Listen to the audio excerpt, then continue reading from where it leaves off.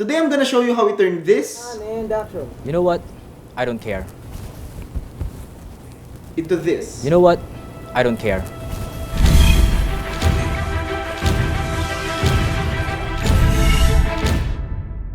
Hey guys, I'm Dari and welcome again to another filmmaking tutorial.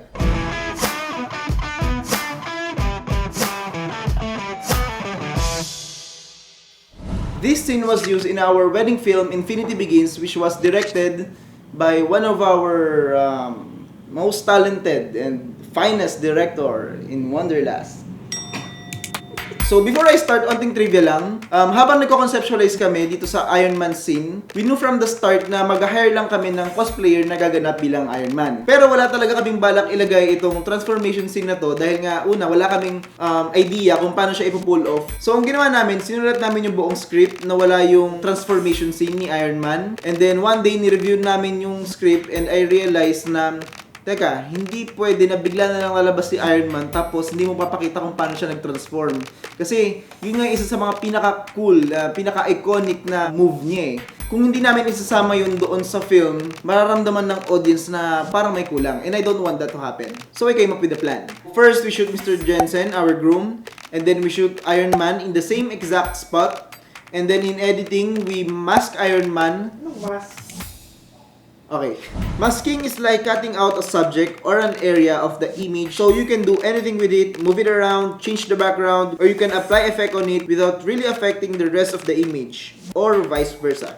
Then inanimate ko yung mask to look like it came from his chest. So that's the basic concept around it. Actually, madali lang naman talaga sana dapat siya kung hindi gumagalaw yung camera, naka-still lang. Kaso sa araw ng shoot, I've decided na orbiting yung camera doon sa subject. Bakit nga ba? Siguro gusto ko lang talaga yung challenge na parang mas mahirap siyang gawin. And siguro as a viewer, I always feel na halata yung VFX kapag nakalock yung camera, yung kapag naka-tripod lang. But that's just a minor preference and hindi dapat yan yung maging basihan kung paano yung magiging approach mo sa shot. Talagang pinaka-reason dapat is, does it help you tell your story? And in this case, kailangan talaga namin na gumagalaw yung camera para maramdaman ng audience yung excitement, yung pagka-cool ng transformation, ng pinaka-scene.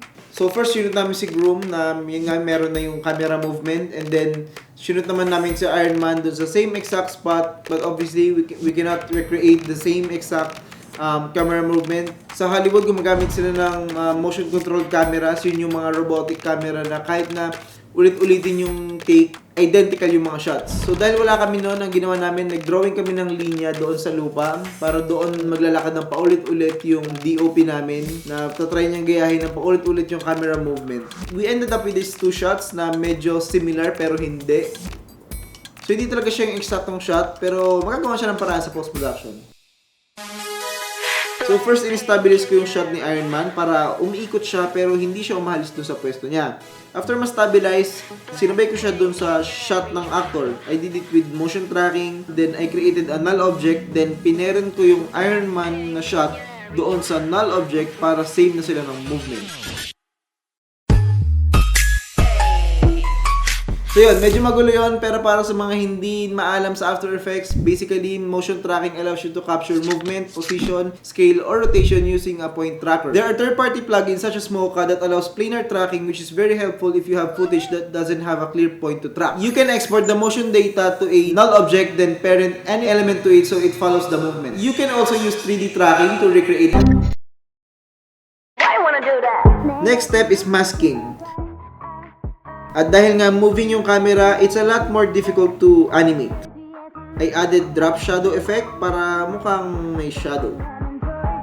So next step is to add the nanotech effect. First, I duplicated the armor layer, added find edges effect, click invert, then pinalabas ko yung details using colorista. Added a glow effect. I advanced the timing of the mask animation para mauna yung nanoparticle bago yung actual armor. Then I set the blending mode to lighten. For the next shot, same process lang. The only difference is I masked his hand and placed it over the armor.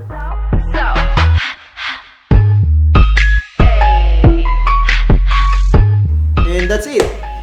The whole film is about 8 minutes. And these 2 shots lasted for only 7 seconds. And halos 5 days ko siyang inupuan sa editing. So, yun. You know what? I don't care.